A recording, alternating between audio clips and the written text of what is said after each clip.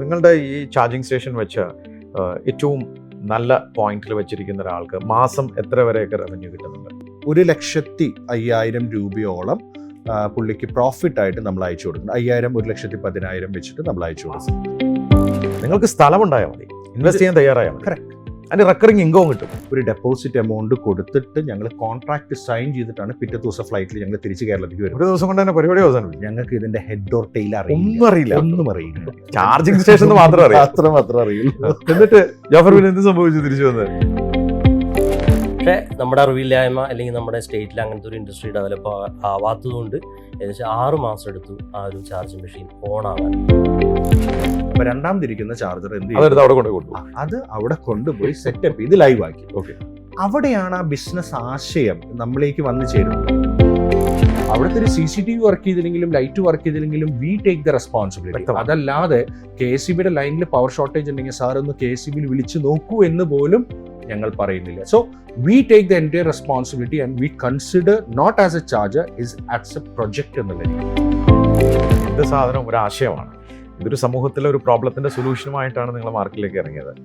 Sales എളുപ്പമായിരുന്നോ? എങ്ങനെയാണ് നിങ്ങളത് കൃത്യമായി അത് സെല്ല് ചെയ്യുന്നത്?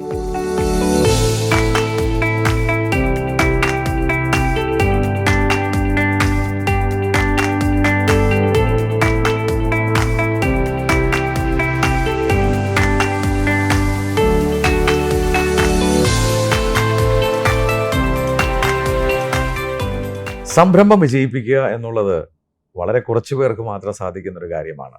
സംരംഭകരാവുക എന്നുള്ളത് നിരവധി പേരുടെ മോഹവുമാണ്. ചിലരുണ്ട് സമൂഹത്തിൽ ഒരു പ്രോബ്ലത്തിൻ്റെ സൊല്യൂഷൻ കണ്ടുപിടിച്ച് അതൊരു സംരംഭമാക്കി വിജയിക്കുന്നവരുമാണ്. എന്നോടൊപ്പം ഇന്ന് സ്പാർക്കുള്ള ഒരു കഥ പറയാൻ 2 ചെറുപ്പക്കാരുണ്ട്. ഹായ്, ഞാൻ Shameem Rafi, corporate trainer, business coach. സ്പാർക്കുള്ള ഒരു പുതിയ എഡിഷനിലേക്ക് സ്വാഗതം. ഞാൻ ഇതിനു മുമ്പ് ഇന്റർവ്യൂ ചെയ്ത 2 ചെറുപ്പക്കാരാണ് വീണ്ടും ഇതേ ഹോട്ട് സീറ്റിൽ വന്നിരിക്കുന്നത്. അന്ന് 2 ഇന്റർവ്യൂ ആണ് ചെയ്തിരുന്നെങ്കിൽ ഇന്ന് 2 പേരും ഒരേ വേദിയിലെത്താൻ ഒരു കാരണവുമുണ്ട്. അന്ന് ഇവരുടെ വീഡിയോ വളരെ വൈറലുമായിരുന്നു. സന്തോഷത്തോടുകൂടി സ്നേഹത്തോടുകൂടി ഞാൻ സ്പാർക്കിലേക്ക് സ്വാഗതം ചെയ്യാണ് ശ്രീ PG രാംനാഥിനെയും AP ജാഫറിനെയും. 2 പേർക്കും സ്വാഗതം സ്പാർക്കിലേക്ക്. PG, നമ്മുടെ അന്നത്തെ ഇന്റർവ്യൂ ഇപ്പോഴും ജനം മറന്നിട്ടുണ്ടാവില്ല. കാരണം നമ്മുടെ സ്പാർക്ക് സ്റ്റോറീസിന്റെ ഏറ്റവും വൈറലായ ഇന്റർവ്യൂകളിൽ ഒന്നായിരുന്നു. PG രാംനാഥിന്റെ നാട് എവിടെയാണ്? എൻ്റെ ശരിക്കുള്ള നാടെന്ന് പറയുന്നത് തൃശ്ശൂരാണ്. പഠിച്ചതൊക്കെ കുറച്ചു കാലം തൃശ്ശൂർ നമ്മൾ പഠിച്ചിട്ടുണ്ട്. പിന്നെ മെജോറിറ്റി ടൈം ഞാൻ പഠിച്ചിട്ടുള്ളത് നിലമ്പൂരാണ്. എൻ്റെ അമ്മ നാട്ടിലാണ്. AP ജാഫർ, താങ്കളുടെ നാട്? വീട് പട്ടാമ്പിയുടെ അടുത്ത് കറകുത്തൂർ പറഞ്ഞ ഒരു വില്ലേജിലാണ്. ഞാൻ പഠിച്ച സ്കൂളൊക്കെ അവിടെ തന്നെയായിരുന്നു. പഠിച്ചത് ഇവിടെ കളമശ്ശേരി പോളിടെക്നിക്കിൽ എറണാകുളത്താണ് പഠിച്ചതൊക്കെ. PG, നമ്മുടെ പഴയ ഇന്റർവ്യൂല് താങ്കൾ ഒരു ഡീപ് സീ ഡൈവറാണ്. അന്ന് ഞാൻ ആ ഇന്റർവ്യൂ ചെയ്തപ്പോൾ ഞാൻ സ്വപ്നത്തിൽ പോലും വിചാരിച്ചില്ല ആൾക്കാർ ഇത്ര മില്യൺസ് ഓഫ് വ്യൂസ് ഒക്കെ വരും എന്നുള്ളത്. ആ ഒരു പ്രൊഫഷൻ ഒന്ന് ക്വിക്കായിട്ട് നമുക്കൊന്ന് റീക്യാപ്പ് ചെയ്യാം. എന്തായിരുന്നു അങ്ങനെ ഒരു ഡൈവർ ആവാനുള്ളൊരു നിമിത്തം? അന്ന് നമ്മൾ വീഡിയോയിൽ പറഞ്ഞതാണ്, പിന്നെ ഒന്നുകൂടി ഞാനത് റീഇറ്ററേറ്റ് ചെയ്ത് പറയാം. ബേസിക്കലി 1999 ഞാൻ ഇന്ത്യൻ നേവിയിൽ ഡൈവിംഗ് കോഴ്സിന് ജോയിൻ ചെയ്തത്. എന്നെ അന്നത്തെ ഇൻ്റർവ്യൂവിൽ നമ്മൾ പറഞ്ഞിട്ടുണ്ട് കോളേജിൽ നിന്ന് ഡീബാർ ചെയ്തതാണെന്നുള്ളത്, ഡിഗ്രിയുടെ ഫസ്റ്റ് ഇയറിൽ. അങ്ങനെ ഡീബാർ ചെയ്തിരിക്കുന്ന സമയത്ത് അമ്മ കാണിച്ച് തന്നൊരു ആശയമാണ് ഇങ്ങനെ ഒരു കോഴ്സ് വരുന്നുണ്ട് ഇന്ത്യൻ നേവിയിൽ. അന്നത്തെ നമ്മുടെ ഒരു സ്വിമ്മിങ്ങും മറ്റ് സാഹസിക പ്രവർത്തികളും കൊണ്ട് പുള്ളിക്കാരി ഒന്ന് റെക്കമെൻഡ് ചെയ്തുകൊണ്ട് കോഴ്സിന് അപ്ലൈ ചെയ്തു. കോഴ്സിന് കിട്ടി. അതല്ലാതെ പ്രത്യേകിച്ച് ആ ഫീൽഡിൽ നമുക്ക് ആരും ഉണ്ടായിട്ടല്ല നമ്മൾ വന്നത്. അതിന്റെ ഒരു പീക്കിലെത്തി അല്ലേ? എന്തായിരുന്നു ഫൈനൽ ലെവൽ എന്ന് പറയുന്നത്? ഒരു 22ഓളം 22 ഇയേഴ്സ് ആണ് ഞാൻ ആ ഇൻഡസ്ട്രിയിൽ വർക്ക് ചെയ്തത്.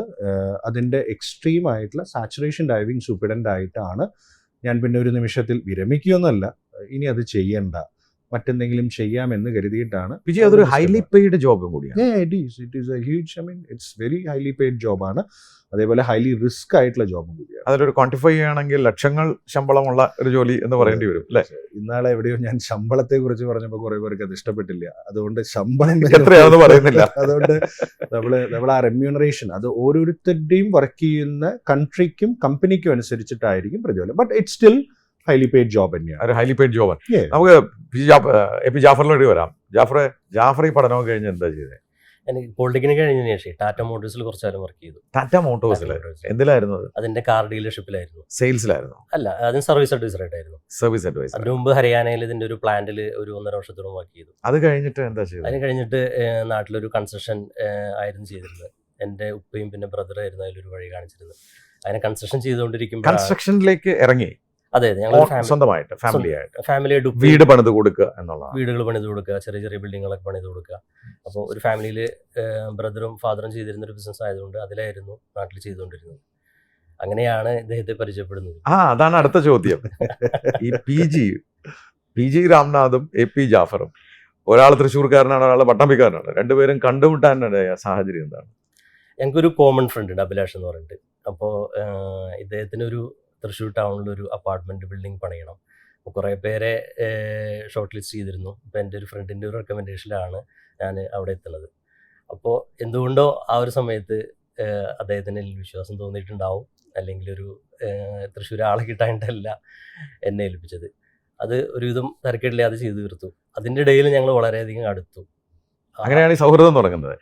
അപ്പോൾ AP ജാഫർ പറയുന്നത് PG രാംനാഥിന് അദ്ദേഹത്തെ വിശ്വാസമായെന്ന്. അടുത്തിരുത്തിക്കൊണ്ട് തന്നെ ചോദിക്കാമല്ലോ, നല്ല വിശ്വസിക്കാൻ പറ്റുന്ന ആളെ തന്നെയാണോ കണ്ടുപിടിച്ചത്? വർക്കൊക്കെ കൃത്യമായിട്ട് ചെയ്തതെന്നോ? നമ്മൾ അങ്ങനെ ഒരു പ്രൊജക്റ്റ് കണ്ടിന്യൂസ് ചെയ്യുന്ന ആൾക്കാരൊന്നുമല്ല. അപ്പോൾ ആ ഒരു പ്രൊജക്റ്റ് ചെയ്യാം എന്ന് കരുതി അതൊരു പ്രത്യേക ഒരു നിമിത്തത്തിൽ ബന്ധപ്പെട്ട ഒരു പ്രൊജക്റ്റാണ്. അപ്പോൾ ഈ കോമൺ ഫ്രണ്ട് പറഞ്ഞിട്ടാണ് ഞാൻ ജാഫറെ പരിചയപ്പെടുന്നത്.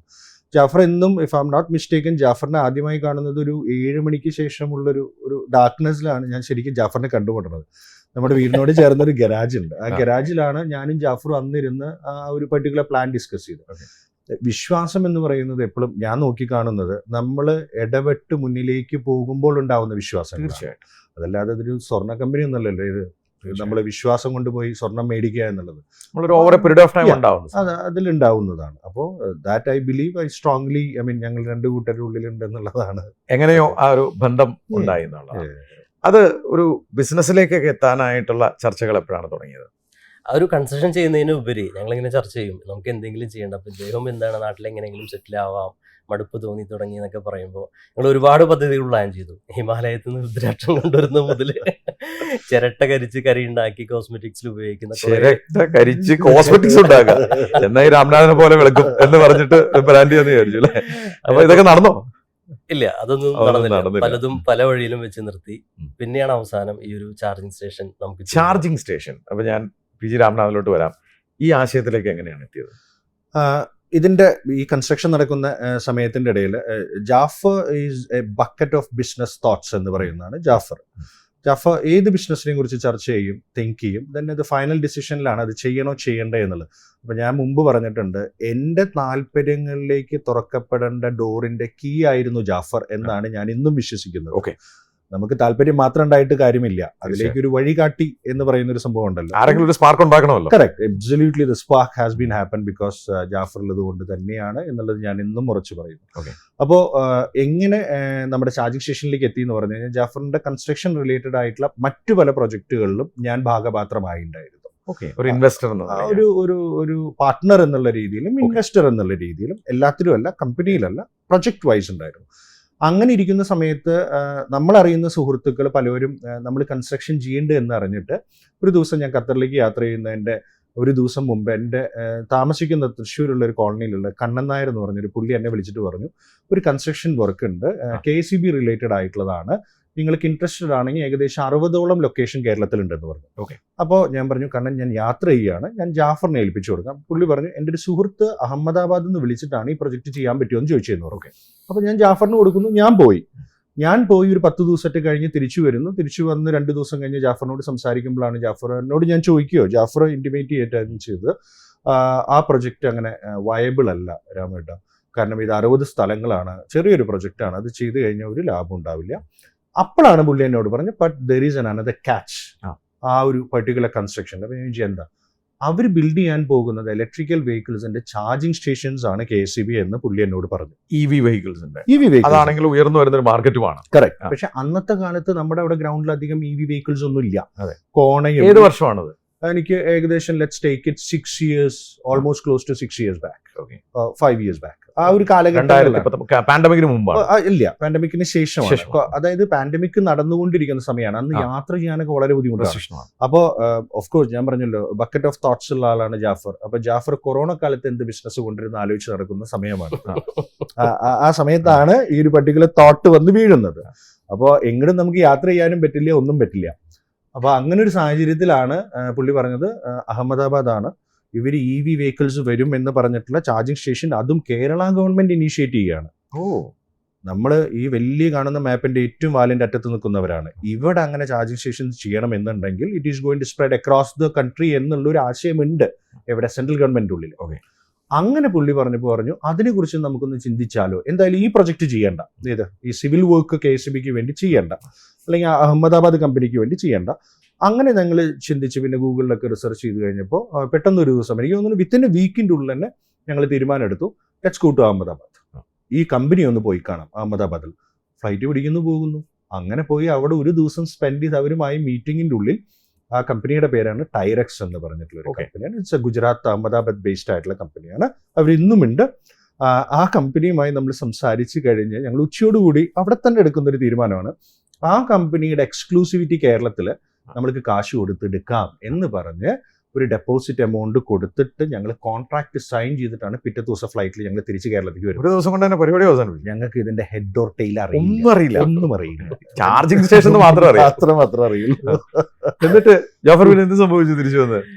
തിരിച്ചു വന്നതിന് ശേഷം അവരാ നമ്മളെ ഡെപ്പോസിറ്റ് എമൗണ്ട് കൊടുത്തതിന് 2 മെഷീനൊക്കെ തന്നിരുന്നു. അപ്പൊ ഇത് എന്ത് ചെയ്യണം എന്നറിയില്ലല്ലോ. ഈ സാധനം ഇറക്കി വെച്ചത് രാമേട്ടന്റെ ഗ്യാരേജിലാണ്. ഞാൻ അത് കുറച്ച് നേരം ഈ ഒരു നമ്മുടെ മാൻഡ്രേക്ക് പോലെ അവിടെ എന്നും വരുമ്പോൾ അത് അവിടെ ഇരിക്കുന്നുണ്ടാവും. ആ സാധനം ഞങ്ങള് ആൾക്കാരെ പിടിപ്പിക്കാൻ കുറെ ശ്രമിച്ചു.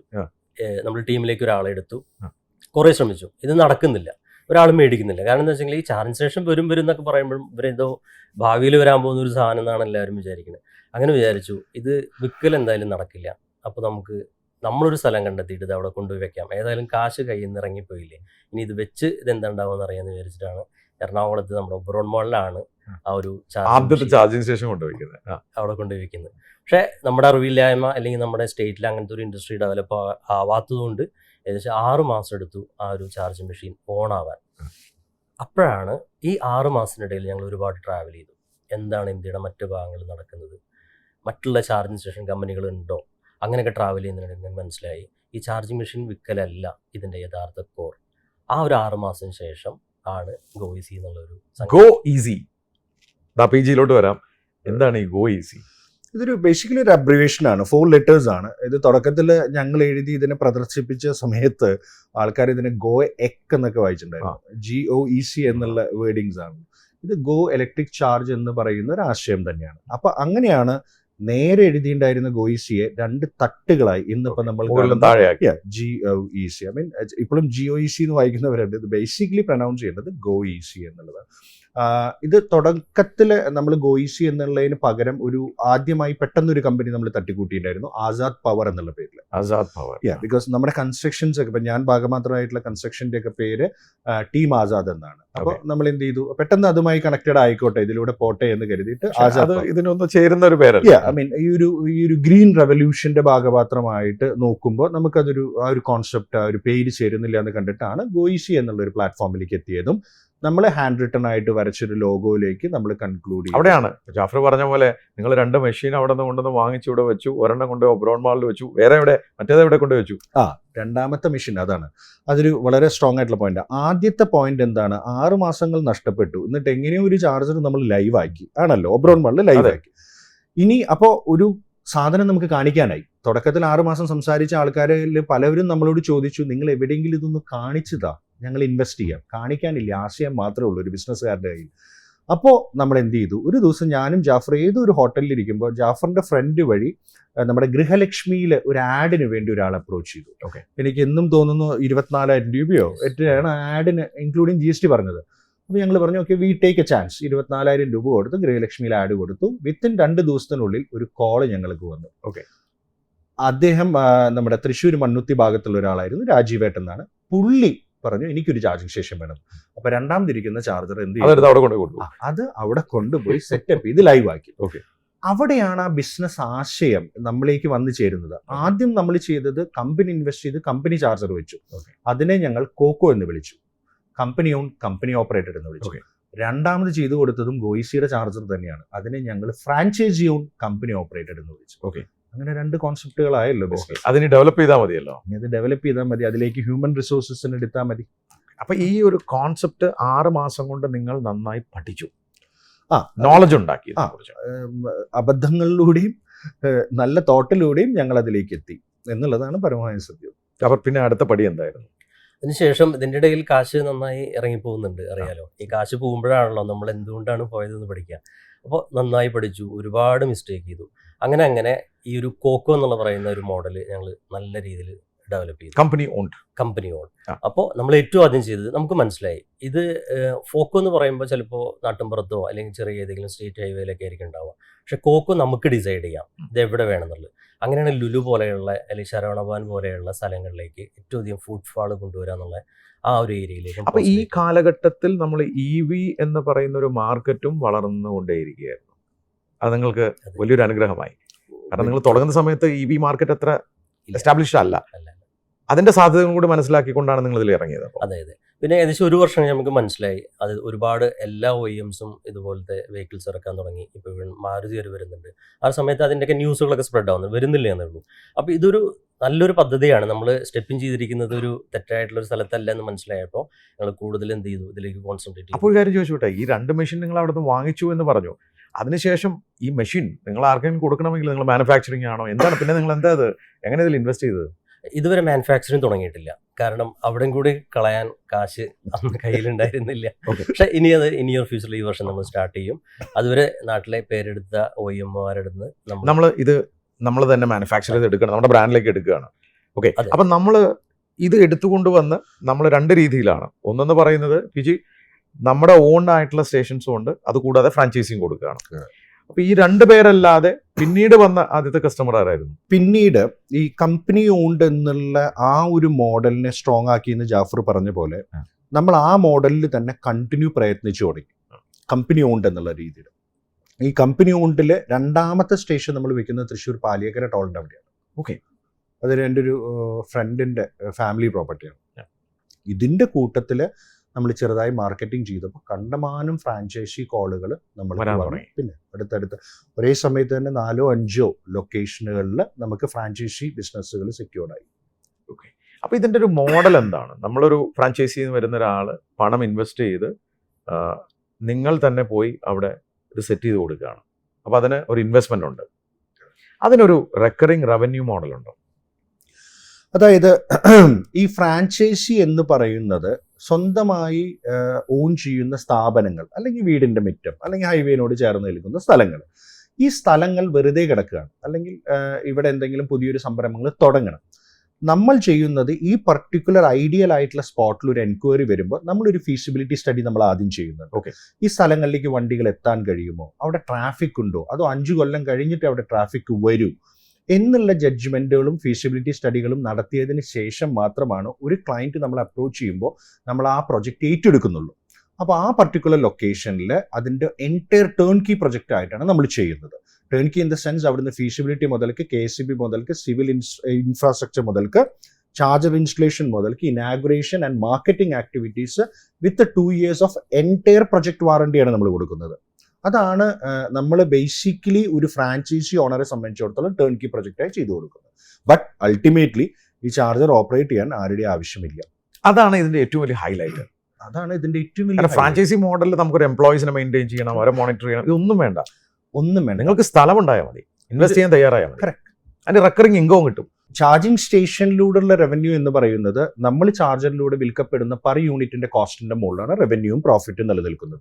ഡിപ്പെൻസ്, വണ്ടികളുടെ ബാറ്ററി കപ്പാസിറ്റി അനുസരിച്ചും നീഡ് അനുസരിച്ചിട്ടും ഓരോരുത്തരും ഓരോന്നായിരിക്കും ഡിമാൻഡ് ആവും. ബട്ട് ഒരു ആവറേജ് എന്ന് പറയുന്നത് കൺസംഷൻ നമ്മൾ കണ്ടുവരുന്ന മാർക്കറ്റിൽ ഒരു 20ഓളം യൂണിറ്റ്സ് ആണ് എല്ലാ വണ്ടികളും ഒരു ആവറേജ് എന്നുള്ള രീതിയിൽ കൺസംഷൻ എടുക്കുന്നത്. പക്ഷേ പുതിയ വണ്ടികളൊക്കെ 50 or 60 യൂണിറ്റ് വരെയൊക്കെ കൺസ്യൂം ചെയ്യുന്നുണ്ട്.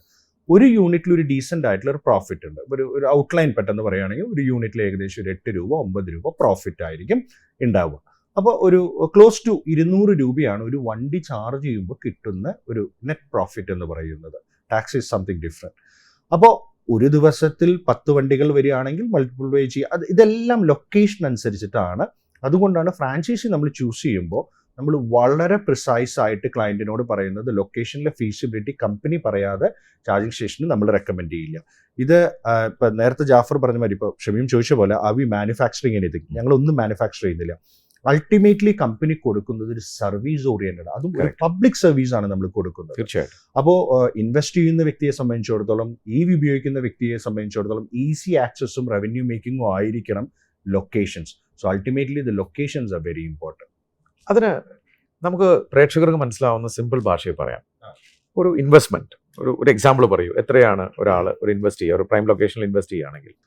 അദ്ദേഹത്തിന്റെ സ്വന്തം സ്ഥലത്ത് ഇൻവെസ്റ്റ് ചെയ്യുക എന്ന് പറയുന്ന അവിടുത്തെ ഒരു ചാർജിങ് പോയിന്റ് ആണ് പുള്ളിക്ക് സ്റ്റാർട്ട് ചെയ്യേണ്ടതെന്നുണ്ടെങ്കിൽ ഒരു മിനിമം വരുന്ന ഒരു ടിക്കറ്റ് സൈസ് കോസ്റ്റ് ഒരു 13 മുതൽ 15 ലക്ഷം വരെ. ഈ 15 ലക്ഷം അദ്ദേഹം ഇൻവെസ്റ്റ് ചെയ്തു, നിങ്ങളത് പോയി റൺ ചെയ്യും. അതിനൊരു മീറ്റർ ഉണ്ട്, ആൾക്കാർ വരുന്നു, അവരെ ചാർജ് ചെയ്യുന്നു അല്ലേ? അതിൽ നിന്ന് കിട്ടുന്ന റവന്യൂവിൽ ഒരു പെർസെൻറ്റേജ് നിങ്ങൾക്കുള്ളതാണ്, ഒരു പെർസെൻറ്റേജ് അവർക്കുള്ളതാണ്. കാരണം നിങ്ങളാണ് റൺ ചെയ്ത് കൊടുക്കുന്നത്. കറക്റ്റ്. അപ്പൊ ഇത് ചാർജ് ചെയ്യുന്നതിന്റെ ആ സിസ്റ്റം എങ്ങനെയാണ്? ഓട്ടോമാറ്റിക് ആയിട്ട് എങ്ങനെയാണത് ബില്ല് ചെയ്യപ്പെടുന്നത്? ഇതിൽ 2 ഭാഗങ്ങളാണുള്ളത്. ഒന്ന് എന്ന് പറയുന്ന ഒരു സോഫ്റ്റ്വെയറും ഒരു ഹാർഡ്വെയറും. ഹാർഡ്വെയർ എന്ന് പറയുന്ന ചാർജറാണ്. സോഫ്റ്റ്വെയർ എന്ന് പറഞ്ഞത് ഈ ഹാർഡ്വെയറുമായി കണക്ട് ചെയ്യുന്നത് ഇത് വ്യക്തികളില്ലാതെ റൺ ചെയ്യാൻ വേണ്ടിയാണ്. ഒരു എംപ്ലോയീസിന്റെ ആവശ്യമില്ല. അപ്പോൾ ഇതിനെ റിമോട്ട്ലി ആണ് ഇതിനെല്ലാം ഓപ്പറേറ്റ് ചെയ്യുന്നത്.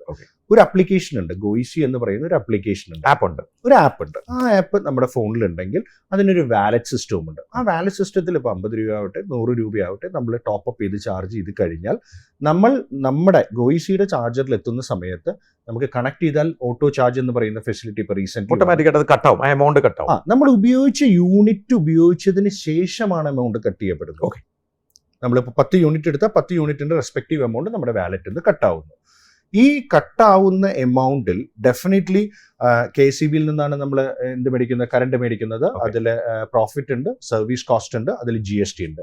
ഈ റെസ്പെക്റ്റീവ് ആയിട്ടുള്ള പേ ചെയ്യേണ്ട എല്ലാ എമൗണ്ടുകളും ഞങ്ങൾ പേ ചെയ്തിട്ട് പ്രോഫിറ്റ് ആണ് ഇൻവെസ്റ്റ് ചെയ്ത ക്ലയന്റിന് മാസം നമ്മൾ എത്തിച്ചു ഷെയർ അദ്ദേഹത്തിന് കൊടുക്കും. അതിലെ മെജോറിറ്റി നമ്മുടെ ഒരു സർവീസ് കോസ്റ്റ് ഉണ്ട്, ഏകദേശം ഒരു 15% ആണ് പെർ യൂണിറ്റിൽ ഞങ്ങൾ എടുക്കുന്ന. 15 എടുക്കുന്നുള്ളൂ, 15 ബാക്കി അദ്ദേഹത്തിനുള്ളതാണ്. 1 രൂപ ലാഭം ഉണ്ടെങ്കിൽ ആ 1 രൂപയിൽ 15 പൈസ ഞങ്ങൾ എടുക്കുന്നുള്ളൂ. ഈ ഒരു മോഡൽ തുടങ്ങി ഇന്നിപ്പോ എത്ര ഇൻസ്റ്റലേഷൻസ് നിങ്ങൾ നടത്തിയിട്ടുണ്ട്? ഇപ്പോൾ ഈ ഫോക്കോ പോലെ തന്നെ ഇൻവെസ്റ്റ്കോക്കോ എന്ന് പറയുന്ന മോഡൽസ് നമ്മൾ ഇൻട്രൊഡ്യൂസ് ചെയ്തിട്ടുണ്ട്. ഇപ്പോൾ ചോദ്യത്തിന് പ്രിസൈസ്ലി ഉത്തരം പറയുകയാണെങ്കിൽ ഇന്ന് ഏകദേശം ഒരു 257 ചാർജിങ് പോയിന്റ്സ് ആണ് നമുക്കുള്ളത്. ഈ ചുരുങ്ങിയ സമയം കൊണ്ട് തന്നെ അതിൽ നമ്മുടെ കമ്പനി കൊണ്ട് തന്നെ എത്ര ഉണ്ടാവും? ഇതിന്റെ റേഷ്യോ ഏകദേശം ഇപ്പൊ 50-50 തന്നെ. നമുക്ക് കുറച്ച് ബിൽഡിങ്ങുകളോ അല്ലെങ്കിൽ ലൊക്കേഷനോ പറഞ്ഞാൽ പ്രമുഖമായ സ്ഥലങ്ങൾ എവിടെയൊക്കെയാണ്? പെട്ടെന്ന് ഇപ്പൊ നമ്മൾ കൊച്ചിയിൽ എടുത്ത് പറഞ്ഞാൽ ഓഫ് കോഴ്സ് ലുലു ഉണ്ട്, ഒബ്രോൺ മാൾ ഉണ്ട്, ഈവൻ നമ്മൾ ഇരിക്കുന്ന ഹോളിഡേ ഇന്നിൽ വർക്ക് നടക്കുന്നുണ്ട്, തൊട്ടപ്പുറത്തുള്ള ശരവണ ഭവനിൽ വർക്ക് നടക്കുന്നുണ്ട്, ഓപ്പോസിറ്റ് ആയ മൺസൂൺ എംപ്രസറിൽ ചാർജർ ഉണ്ട്, ട്രിബ്യൂട്ട് റോയലിൽ ചാർജർ ഉണ്ട്. മറ്റു ജില്ലകളിലൊക്കെ എടുക്കുകയാണെങ്കിൽ എൻറ്റയർ ലുലു നമ്മളാണ് ഓൾ ഇന്ത്യ നമ്മളിപ്പോൾ ചെയ്തുകൊണ്ടിരിക്കുന്നത്. മറ്റു ജില്ലകളിലെന്ന് പറഞ്ഞു കഴിഞ്ഞാൽ എവിടെ യാത്ര ചെയ്യുകയാണെങ്കിലും ഏകദേശം ഒരു 50-55 കിലോമീറ്റേഴ്സിന്റെ ഇടയിലുള്ള പ്രമുഖമായ 4-star 5-star ഹോട്ടൽസിലും റെസ്റ്റോറൻറ്റ്സിലും on the way national highway, state ഹൈവേയിൽ കേരളത്തിൽ 228 ചാർജിങ് പോയിന്റ്സ് ഞങ്ങൾക്കുണ്ട്. അപ്പൊ ഈ ഗോ ഈസി എവിടെ ചെന്നാലും ഇത് കാണാം. കേരളത്തിൽ ഇതിലൊരു മാർക്കറ്റ് ഷെയർ എടുക്കുകയാണെങ്കിൽ നിങ്ങളുടെ പെർസെന്റേജ് ഇപ്പൊ ഒട്ടുമിക്കാറും കേരളത്തിൽ നോക്കുകയാണെങ്കിൽ ഒരു 75% മാർക്കറ്റ് ഷെയർ ആണ് നമ്മൾ ഹോൾഡ് ചെയ്യുന്നത്. പക്ഷേ ചിലപ്പോൾ ടാറ്റ പോലത്തെ കമ്പനികളെ നോക്കുകയാണെങ്കിൽ നമ്മുടെ ഏകദേശം നമ്പേഴ്സ് അവർ കേരളത്തിൽ ഉണ്ടായിരിക്കും. പക്ഷെ അതെല്ലാം സർവീസ് സെന്ററും ഷോറൂമുമായി കണക്റ്റഡ് ആയിട്ടാണ്.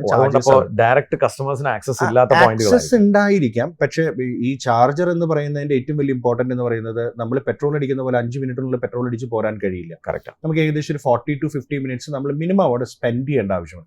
അപ്പോൾ അങ്ങനത്തെ സാഹചര്യങ്ങളിൽ എപ്പോഴും ആ ഒരു ടൈമിനെ യൂട്ടിലൈസ് ചെയ്യാൻ കമ്പനി ഓൺ ചെയ്യുന്നത് അല്ലെങ്കിൽ ഫ്രാഞ്ചൈസി ഓൺ ചെയ്യുന്ന ചാർജിങ് സ്റ്റേഷൻസ് എല്ലാം ഐദർ മാളുകളിലോ റെസ്റ്റോറന്റിലോ കഫറ്റീരിയസിലോ ഹോട്ടൽസിലോ അതാണ് കൺവീനിയന്റ്.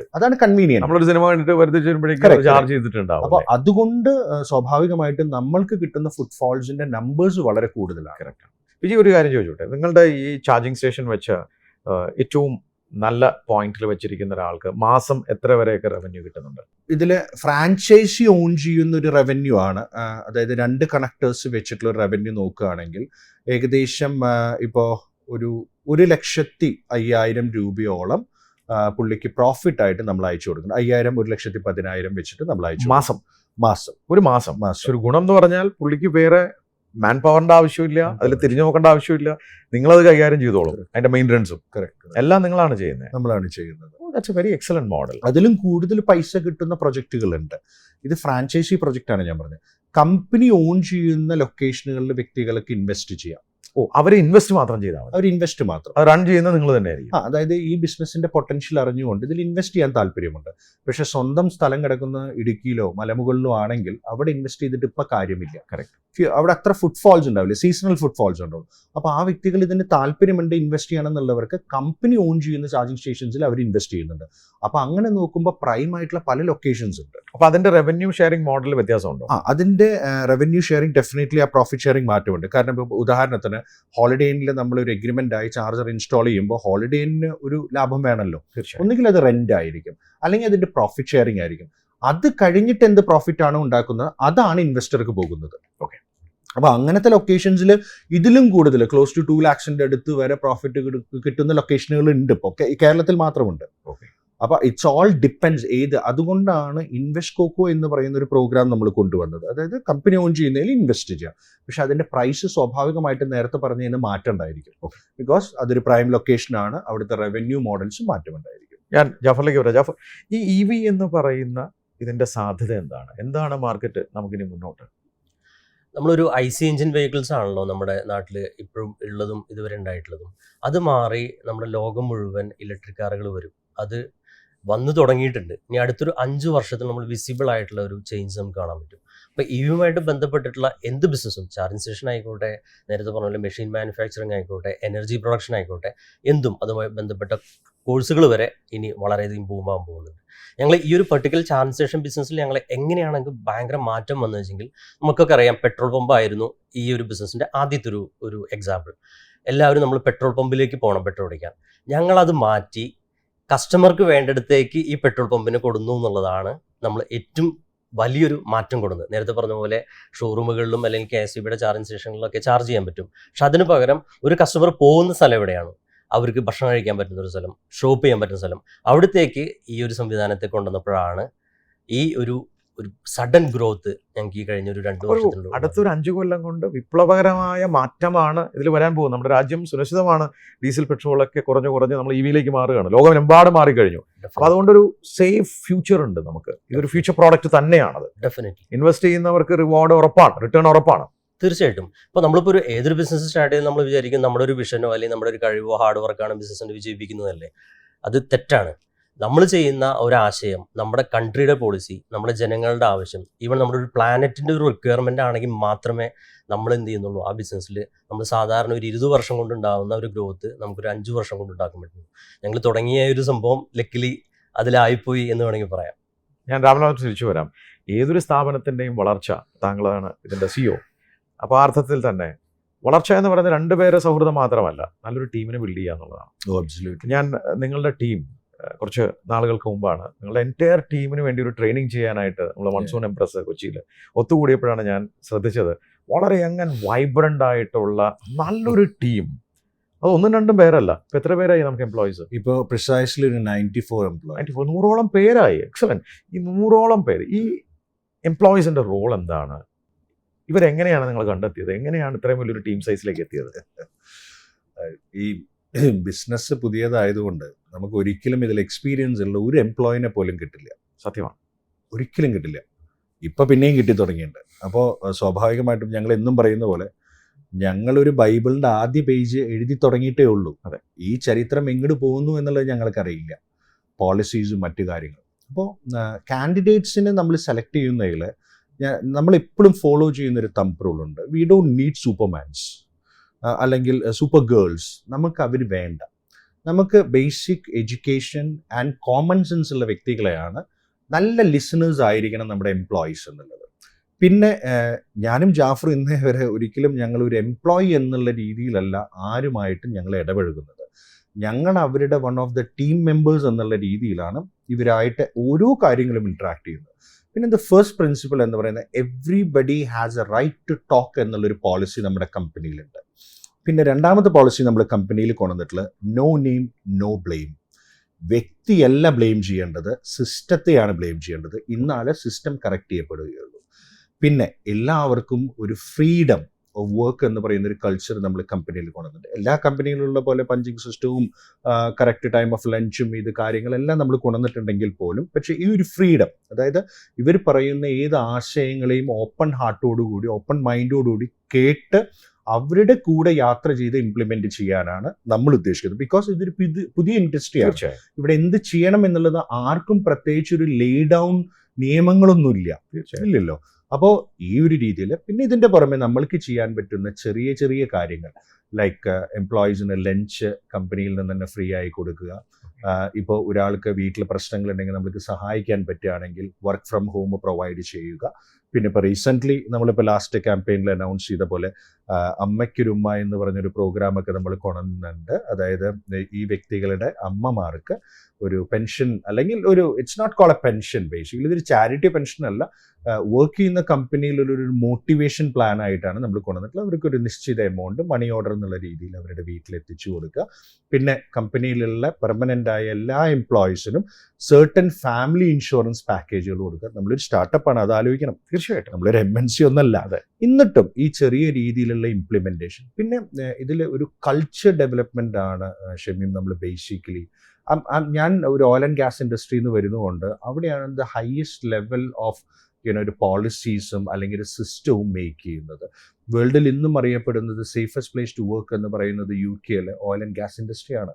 ലാൻഡിനേക്കാളും സേഫ് ആണ് ഓയിൽ ആൻഡ് ഗ്യാസ് ഇൻഡസ്ട്രി എന്ന് പറയുന്നത്. റിസ്ക് കൂടുതലുള്ള സ്ഥലമാണ്, എന്നാൽ ഏറ്റവും ഹൈ റിസ്ക് ഉള്ള ഒരു സ്ഥലമാണ്. അത് അവരുടെ സിസ്റ്റവും പോളിസിയാണ് അവർ മെയിൻറ്റെയിൻ ചെയ്യുന്നത്. തീർച്ചയായും ഇവിടെ തുടക്കത്തിൽ കൊണ്ടുവന്നപ്പോൾ ഇന്റർകോംസ് ഒക്കെ നമ്മൾ ഡെവലപ്പ് ചെയ്തിട്ടുണ്ട്. ചെറിയ ഓഫീസായിരുന്നു, ഇപ്പോൾ വലിയ ഓഫീസായി. ഈ ഇന്റർകോം ഡെവലപ്പ് ചെയ്യുമ്പോൾ എല്ലാവരും ചോദിച്ചിട്ടുണ്ടായിരുന്നു, കയ്യിൽ ഫോണില്ലേ, വാട്സപ്പില്ലേ, നമ്മൾക്ക് എന്തിനാണ് ഇന്റർകോം? ഈ ഒരു കൾച്ചറിലേക്ക് അവരെ എത്തിക്കാനായിട്ട് നമ്മൾ വളരെയധികം സ്ട്രഗിൾ ചെയ്തു. പിന്നെ ഇമെയിൽ യൂസ് ചെയ്യണം, എല്ലാവരും ഇമെയിൽ വഴി വേണം കമ്മ്യൂണിക്കേറ്റ്, അല്ല നമുക്ക് നേരിട്ട് കണ്ട് പറഞ്ഞാൽ പോരെ.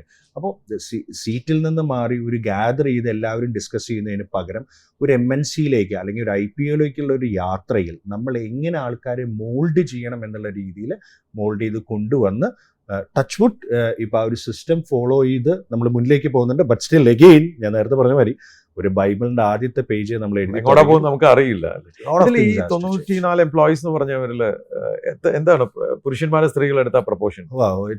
I will say it's around 70-30. 70% സ്ത്രീകൾക്കാണ്. അത് വളരെ സാധാരണക്കാരായിട്ടുള്ള വീട്ടമ്മമാരും അങ്ങനെയുള്ള ആൾക്കാരൊക്കെ നിങ്ങൾ പിക്ക് ചെയ്ത്. പിന്നെ വീട്ടമ്മമാര്, അതേപോലെ തന്നെ ചിലവർ ജസ്റ്റ് റീസെൻ്റ്ലി ഗോട്ട് മാരീഡ് ആയിട്ടുള്ളവരുണ്ട്, പിന്നെ ആദ്യമായി എംപ്ലോയ്മെന്റിലേക്ക് കയറുന്നവരുണ്ട്. എല്ലാവർക്കും എല്ലാവരും ഹാൻഡ് ഹോൾഡ് ചെയ്ത് കൊണ്ടുപോകും. ജാഫർ, ഞാൻ അന്ന് നിങ്ങളുടെ ആ ട്രെയിനിങ്ങിന്റെ അവസാന ഭാഗമായ സമയത്ത് ഞാൻ ശ്രദ്ധിച്ചു ESOP. ഭാവിയിൽ നിങ്ങളുടെ ഷെയർ ആണ് നിങ്ങളുടെ എംപ്ലോയീസിന് കൊടുക്കുന്നത് എന്നുള്ള അനൗൺസ്മെന്റ് ഉണ്ട്, ശരിയാണോ? അതെ. നമ്മൾ മനസ്സിലാക്കണം എന്ന് വെച്ചാൽ നമ്മളിപ്പോൾ ഈ ബിസിനസ് ചെയ്ത് ഞങ്ങൾ അതിൽ സാലറി മാത്രമേ എടുക്കുന്നുള്ളൂ. അതിന് പ്രോഫിറ്റ് വീണ്ടും അതിൽ ഇൻവെസ്റ്റ് ചെയ്തുകൊണ്ടിരിക്കുകയാണ്. ഡിസിപ്ലിൻഡ് ആണ്, സെൽഫ് ഡിസിപ്ലിൻഡ് ആണ്. Yes, of course. അല്ലെങ്കിൽ ഇത് മുന്നോട്ട് കൊണ്ടുപോകാൻ കഴിയില്ലല്ലോ. കാരണം നമ്മൾ കൈകാര്യം ചെയ്യുന്ന നാട്ടുകാരുടെ കാശാണ്. അവരൊക്കെ നമ്മളൊരു വാളറ്റിൽ ടോപ്പ് അപ്പ് ചെയ്തുകൊണ്ടിരിക്കുക. നമ്മൾ ഇതുവരെ ആ ഒരു എമൗണ്ട് അത് എത്ര ഹ്യൂജ് ആണെങ്കിലും ടച്ച് ചെയ്യേണ്ടി വന്നിട്ടില്ല. അപ്പോൾ ഈ നമ്മൾ ഏറ്റവും വാല്യൂബിൾ ആയിട്ട് കാണുന്നത് ഞങ്ങളുടെ ഷെയർ ഹോൾഡിംഗ് ആണ്, അതായത് കമ്പനിയുടെ ഇക്വിറ്റിയാണ്. നമ്മളൊരാൾക്കൊരു ഗിഫ്റ്റ് ചെയ്യണമെങ്കിൽ നമ്മൾ ഏറ്റവും വിലപ്പെട്ടത് ഗിഫ്റ്റ് ചെയ്തിട്ടില്ലേ കാര്യമുള്ളൂ. അതല്ലേ നമുക്ക് വേണ്ടാത്തൊരു സാധനം കൊടുക്കുന്ന ഗിഫ്റ്റ് അല്ല, അതൊരു ദാനമാണ് അല്ലേ. അപ്പോൾ നമ്മൾ ഉദ്ദേശിക്കുന്നത് നമ്മൾ ഈ ഒരു കമ്പനി നേരത്തെ രാമേട്ടൻ പറഞ്ഞ പോലെ IPO-യിലേക്കൊക്കെ എത്താൻ സാധ്യതയുള്ള അതിനുവേണ്ടി പരിശ്രമിക്കുന്ന ഒരു കമ്പനിയാണ്. ആ എത്തുന്ന ഒരു സമയമാകുമ്പോഴത്തേക്കും ഇതിൻ്റെ കൂടെ ഈ ട്രാവലിൽ ഉണ്ടായിരുന്ന ചോരയും നീരും ചെലവാക്കിയ നമ്മുടെ കൂടെ ഉള്ളവർക്ക് നമ്മുടെ ഒരു ഓണർഷിപ്പിൻ്റെ ഒരു ഭാഗം നമ്മളവർക്ക് ESOP എന്നുള്ള രീതിയിൽ കൊടുക്കാൻ ഉദ്ദേശിച്ചിട്ടുണ്ട്. അത് അനൗൺസ് ചെയ്തു, സാറും കൂടി ഉണ്ടായിരുന്നില്ല. Very good. വിജി, ഈ ഒരു സ്ഥാപനം നിങ്ങൾ 2 മെഷീൻ കൊണ്ടുവന്നിട്ട് തുടങ്ങിയൊരു സ്ഥാപനമാണ് അല്ലേ? അപ്പോൾ ഇന്ന് അതിൻ്റെ ഒരു വാല്യുവേഷൻ ഒക്കെ എടുത്ത് എത്രയായിരിക്കും? ഈ സ്റ്റാർട്ടപ്പുകളുടെ വാല്യുവേഷൻ അല്ലെങ്കിൽ ഒരു കമ്പനി വാല്യുവേഷൻ എന്ന് പറയുന്നതിൽ കുറേ ക്രൈറ്റീരിയാസ് ഉണ്ട്. ഇപ്പോൾ ഒരു ഹോട്ടലാണ് നമ്മൾ വാല്യൂ ചെയ്യുന്നത്, അല്ലെങ്കിൽ ഒരു ജ്വല്ലറിയാണ് വാല്യൂ ചെയ്യുന്നത്, അല്ലെങ്കിൽ ഒരു റിയൽ എസ്റ്റേറ്റ് കമ്പനിയാണ് വാല്യൂ ചെയ്യുന്നത് എന്നുണ്ടെങ്കിൽ അതിൻ്റെ ഓരോ അസറ്റ്, കാപ്പെക്സ്, ഓരോ ക്രൈറ്റീരിയകൾ. ഈ ഒരു ചാർജിങ് സ്റ്റേഷൻ എന്ന് പറഞ്ഞ തുടക്കത്തിൽ പറഞ്ഞ മാതിരി ഇതൊരു ചാർജ് പോയിന്റ് ഓപ്പറേറ്ററായി ആക്ട് ചെയ്യുന്ന ഒരു പബ്ലിക് സർവീസ് കമ്പനിയാണ്. പബ്ലിക് സർവീസ് കമ്പനിയുടെ വാല്യുവേഷൻ എപ്പോഴും എടുക്കുന്നത് അതിന്റെ ലൊക്കേഷൻസ്, വിസിബിലിറ്റി, അതിന്റെ അപ് ടൈമുകളുണ്ട്. Future പൊട്ടൻഷ്യലും കൂടിയായിരിക്കും. ചാർജർ വെച്ചുകൊണ്ട് മാത്രം കാര്യമില്ല, ഇത് വർക്ക് ചെയ്യണ്ടേ. അതെ. അപ്പോൾ ഇങ്ങനത്തെ ഒരു പ്ലാറ്റ്ഫോമിലുള്ള വാല്യുവേഷൻ ഓണസ്റ്റ്ലി ഇന്ത്യയിൽ പല കമ്പനികളും ഫണ്ട് റേസ് ചെയ്തിട്ടുണ്ടെന്നുണ്ടെങ്കിൽ പോലും ഇതിന്റെ ഒരു ആക്ച്വൽ വാല്യുവേഷൻ പറയാൻ വളരെ ബുദ്ധിമുട്ടാണ്. നമുക്കിപ്പോൾ നമുക്ക് തോന്നുന്ന കുറേ വാല്യുവേഷൻസ് പല മാത്തമാറ്റിക്സിലും നമുക്ക് പറയാമെന്നുണ്ടെങ്കിലും ഇതിൻ്റെ ഒരു വാല്യുവേഷനിലേക്ക് എത്താൻ still there is a journey to go എന്ന് ഞങ്ങൾ പൂർണ്ണമായി വിശ്വസിക്കുന്നുണ്ട്. അതല്ലാതെ വെർബലി കുറെ 500 കോടി 1000 കോടി എന്ന് പറയുന്നതിൽ ഒരു അർത്ഥമില്ല. അങ്ങനെ കുറെ പേര് ചെയ്യുന്നുണ്ട്, പക്ഷെ that's not the way we should. Still മാർക്കറ്റിന് വെരി പ്രിമച്യൂർഡ് ആണ്, സ്റ്റിൽ ഇൻ ഗ്രോയിങ് സ്റ്റേജിലാണ്. ആ ഗ്രോയിങ് സ്റ്റേജിൽ ഒരു സർട്ടൺ പ്ലാറ്റ്ഫോമിൽ, അത് എനിക്ക് തോന്നുന്നു അടുത്തൊരു 2 years or 3 years പ്രിസൈസ്ലി നമുക്ക് വാല്യുവേഷനിലേക്ക് എത്താൻ കഴിയും. വിജി, ഗോയിസി എന്ന് പറയുന്നത് വളരെ ചുരുങ്ങിയ സമയം കൊണ്ട് തന്നെ ഒരു ബ്രാൻഡായ സ്ഥാപനമാണ്. ഈ സർവീസ് കൊടുക്കുന്ന നിരവധി പേര് മാർക്കറ്റിലുണ്ടാവാം. മറ്റുള്ളവരിൽ നിന്ന് നിങ്ങൾ എങ്ങനെയാണ് വ്യത്യസ്തമാവുന്നത്? ഞങ്ങൾ എപ്പോഴും നമ്മുടെ എല്ലാ ടീമിനെയും പറഞ്ഞു പഠിപ്പിക്കുന്നത്, നിങ്ങൾ എപ്പോഴും പ്രതീക്ഷിക്കേണ്ട ഒരു ചോദ്യം, വൈ ഗോയിസി? കറക്റ്റ്. വൈ ഗോയിസി എന്നുള്ളത് ഞാൻ എന്നും ആലോചിക്കുന്ന ഒരു കാര്യമാണ്. നമ്മളെപ്പോലെ എത്രയോ വലിയ നമ്മൾ ചെറിയൊരു സ്റ്റാർട്ടപ്പ് ആണെങ്കിലും ഇന്നിപ്പോൾ ടാറ്റയും ജിഒബിപിയും പോലത്തെ കമ്പനികൾ ഓൾറെഡി ഇതേ മോഡൽ ഓഫ് ബിസിനസ് ചെയ്യുന്നുണ്ട്, even with their own production of chargers എന്നുള്ള രീതിയിൽ. ഇതിൽ ഞാൻ തുടക്കത്തിൽ പറഞ്ഞ മാതിരി ഒരു ഹാർഡ്വെയർ, ഒരു സോഫ്റ്റ്വെയർ ആണ് ഇതിൽ ബേസിക്കലി ഉള്ളത്. സോഫ്റ്റ്വെയറിന് പ്രത്യേകിച്ച് വാറണ്ടീസോ ഗ്യാരണ്ടീസോ ഒന്നുമില്ല, അതിനെ കോൺസ്റ്റന്റ് ആയി നിലനിർത്തുക എന്നുള്ളതാണ്. ഹാർഡ്വെയർ എന്ന് പറയുന്ന കോമ്പണന്റിനാണ് നമുക്ക് വാറണ്ടി വേണ്ടത്. നമ്മളൊരു ഫ്രിഡ്ജോ മിക്സിയോ മേടിക്കുന്ന പോലെ നമ്മൾ ചെയ്യുന്ന പ്രൊജക്റ്റുകൾ, അത് ഫോക്കോ ആയാലും ഇൻവെസ്റ്റ്കോക്കോ പ്രൊജക്റ്റുകളായാലും എൻറ്റയർ പ്രൊജക്റ്റ് ടേൺ കീ ആയിട്ടാണ് കമ്പനി ചെയ്യുന്നത്. 99% കമ്പനി പ്രൊജക്റ്റുകൾ സബ്ലീസ് ചെയ്യുന്നില്ല. ഓക്കെ, കമ്പനി തന്നെ എക്സിക്യൂട്ട് ചെയ്യുന്നത്, ഈവൻ അപ്രൂവൽസ് മുതൽക്ക് ഇൻസ്റ്റലേഷൻ മുതൽക്ക് എല്ലാം തന്നെ കമ്പനിയാണ് ചെയ്യുന്നത്. അതുകൊണ്ടാണ് കമ്പനിക്ക് പൂർണ്ണമായി പ്രൊജക്റ്റിന് വാറണ്ടി കൊടുക്കാൻ പറ്റുന്നത്. തീർച്ചയായിട്ടും. കാരണം ഒരു പ്രൊജക്റ്റിൽ ഇപ്പോൾ റീസെൻ്റ്ലി ഒരു ഡിസ്പ്യൂട്ട് ഉണ്ടായത് ഞാൻ പറഞ്ഞത്, ഒരു പ്രൊജക്റ്റ് എന്ന് പറയുന്നിടത്ത് സിവിൽ ഉണ്ടായിരിക്കും, അതിൻ്റെ സ്ട്രക്ചേഴ്സ് ഉണ്ടായിരിക്കും, ലൈറ്റ് ബോർഡ് ഉണ്ടായിരിക്കും, ചാർജർ ഉണ്ടായിരിക്കും, ഈവൻ ഫയർ എക്സ്റ്റിങ്വിഷർ ഉണ്ടായിരിക്കും, ഒരു CCTV ഉണ്ടായിരിക്കും, ഒരു വൈഫൈ ഉണ്ടായിരിക്കും, അവിടെ ഒരു ഗ്രീൻ മാറ്റ് ഉണ്ടായിരിക്കും. ഇങ്ങനെ പല കാര്യങ്ങളും അവിടെ ഉണ്ട്. ഇതിൻ്റെ പല പ്രൊഡക്റ്റുകളെ നമ്മൾ എടുത്തു നോക്കിയാലും പല വാറണ്ടി ആയിരിക്കും. ഇന്ന് നമ്മുടെ നാട്ടിൽ മേടിക്കുന്ന CCTVക്ക് ഒരു 1 year മുകളിൽ നമുക്ക് വാറണ്ടി കിട്ടില്ല, വൈഫൈ മോഡത്തിന് കിട്ടില്ല. പക്ഷെ നമ്മൾ കൊടുക്കുന്നത് എൻറ്റയർ പ്രൊജക്റ്റിനാണ് 2 years of warranty and extended warranties നമ്മൾ പ്രൊവൈഡ് ചെയ്യുന്നത്. സാധാരണ നമ്മൾ നാട്ടിൽ കണ്ടുവരുന്നത്, ഞാൻ ജിയോനോ ടാറ്റ പവറിനെയോ ഒന്നല്ല ഞാൻ ഉദ്ദേശിക്കുന്നത്, സാധാരണ ഈ മോഡലിൽ ബിസിനസ് ചെയ്യുന്നവർ ചെയ്യുന്ന ഒരു പ്രവണത എന്ന് പറഞ്ഞാൽ, ഇവർ ഒരു ഇൻവെസ്റ്ററെ സംബന്ധിച്ചിടത്തോളം അവരോട് പറയുന്നത് ഇലക്ട്രിഫിക്കേഷൻ ഇത്ര കോസ്റ്റ് ആവും, KEB അല്ലെങ്കിൽ ബെസ്കോം എന്ന് പറയുന്ന പാർട്ടിൽ ഇത്ര കോസ്റ്റ് ആവും, പിന്നെ പറയുന്നത് ഒരു 5-6 ചാർജേഴ്സ് ഇങ്ങനെ നിരത്തി വയ്ക്കും. നമ്മൾ സൂപ്പർ മാർക്കറ്റിൽ പോയാൽ മതി, സാർ ഇതിന് 5 ലക്ഷം, മറ്റേതിന് 6 ലക്ഷം, 10 ലക്ഷം. മാറ്റം ചോദിച്ചു കഴിഞ്ഞാൽ പറയും, ഇതിന് ഒരു 6 മാസം വാറണ്ടി ഉണ്ട്, അല്ലെങ്കിൽ ഇതിന്റെ ക്വാളിറ്റി മാറ്റും. നമ്മൾ അങ്ങനെ ചാർജേഴ്സിനെ നിരത്തി ഒരാളുടെ മുമ്പിലും വെക്കുന്നില്ല. നമ്മളൊരു പ്രൊജക്റ്റിൽ ഒരു ചാർജർ തന്നെയാണ്. കാരണം പ്രശ്നമുണ്ടാവുന്ന സമയത്ത് ഇപ്പോഴത്തെ ഒരു പ്രവണത കാണുന്നത്, ഇപ്പം ചാർജർ വർക്ക് ചെയ്യുന്നില്ല എന്ന് കരുതുക, അവർ സ്വാഭാവികമായിട്ടും ചാർജർ മാനുഫാക്ചറിന്റെ നമ്പർ ഇൻവെസ്റ്റ് ചെയ്ത് വ്യക്തിക്ക് കൊടുക്കും. ഇതൊക്കെ വാറണ്ടി ഉള്ളിടത്തോളം കാലം 6 മാസമോ 1 വർഷമോ 2 വർഷമോ ഈ ഉത്തരവാദിത്തം ആൾക്കാർ എടുക്കുന്നുള്ളൂ. നമ്മൾ ഉത്തരവാദിത്തം ലൈഫ് ലോങ് ആണ്. 20 years ഓഫ് കമ്മിറ്റ്മെന്റ് ആണ് നമ്മുടെ ഒരു ഫോക്കോ ഇൻവെസ്റ്ററെ സംബന്ധിച്ചിടത്തോളം, ഒരു ഇൻവെസ്റ്റ്കോക്കോ ഇൻവെസ്റ്ററെ സംബന്ധിച്ചിടത്തോളം നമ്മൾ എടുക്കുന്നത്. അത് വേറെ ആർക്കും കൊടുക്കാൻ സാധിക്കില്ല. That's a massive difference. കാരണം അവിടുത്തെ ഒരു CCTV വർക്ക് ചെയ്തില്ലെങ്കിലും ലൈറ്റ് വർക്ക് ചെയ്തില്ലെങ്കിലും വി ടേക്ക് ദ റെസ്പോൺസിബിലിറ്റി. അതല്ലാതെ KEBയുടെ ലൈനിൽ പവർ ഷോർട്ടേജ് ഉണ്ടെങ്കിൽ സാർ ഒന്ന് KEBയിൽ വിളിച്ചു നോക്കൂ എന്ന് പോലും ഞങ്ങൾ പറയുന്നില്ല. So we take the entire responsibility and we consider not as a charger, is as a project എന്നുള്ള രീതിയിലാണ്. തീർച്ചയായും. ജാഫർ, ഞാൻ താങ്കളിലേക്ക് വരാം. കേരളത്തിൽ 250ഓളം ചാർജിങ് മെഷീൻസ് ആയി കഴിഞ്ഞു. ഇനി അത് എക്സ്പാൻഡ് ചെയ്തുകൊണ്ടിരിക്കുക ഫാസ്റ്റ് ആയിട്ട്.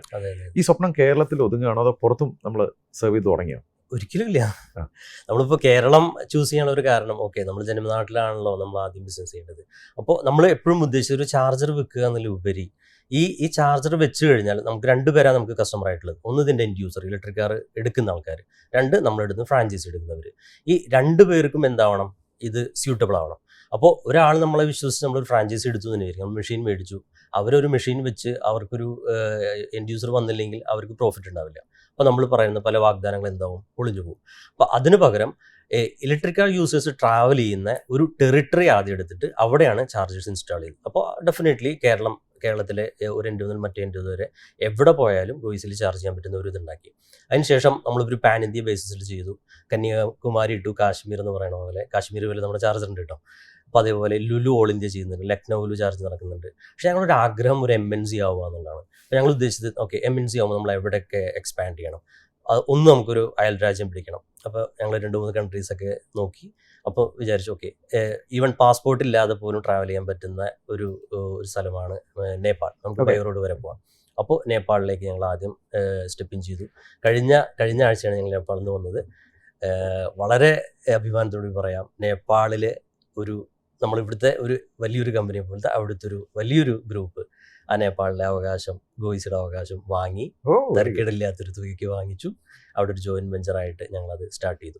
ഇനി നമ്മൾ മിഡിൽ ഈസ്റ്റിൽ ഡെഫിനറ്റ്ലി, കാരണം നമ്മൾ ഏറ്റവും അധികം മലയാളികൾ മിഡിൽ ഈസ്റ്റാണല്ലോ, മിഡിൽ ഈസ്റ്റിലെ ഒരു 1-2 കൺട്രികളിലെങ്കിലും നമ്മളൊരു പ്രസൻസ് ഈ വരും വർഷങ്ങളിൽ ഉണ്ടാവും. പ്ലസ് ഏതെങ്കിലും ഒരു യൂറോപ്യൻ കൺട്രിയിൽ കൂടി. വലിയ സ്വപ്നങ്ങളാണ് അപ്പോൾ. അതെ. ഓക്കെ, ഞാൻ രാംനാഥിലേക്ക് പറയാം. രാംനാഥ് ഒരു CEO എന്നുള്ള ഡ്രൈവ് ചെയ്യുമ്പോൾ ഏതൊരു സ്ഥാപനത്തിൻ്റെ നട്ടെല്ലെന്ന് പറയുന്ന സെയിൽസ് ആണ്. കറക്റ്റ്. എന്ത് സാധനവും ഒരു ആശയമാണ്. ഇതൊരു സമൂഹത്തിലെ ഒരു പ്രോബ്ലത്തിൻ്റെ സൊല്യൂഷനുമായിട്ടാണ് നിങ്ങൾ മാർക്കറ്റിലേക്ക് ഇറങ്ങിയത്.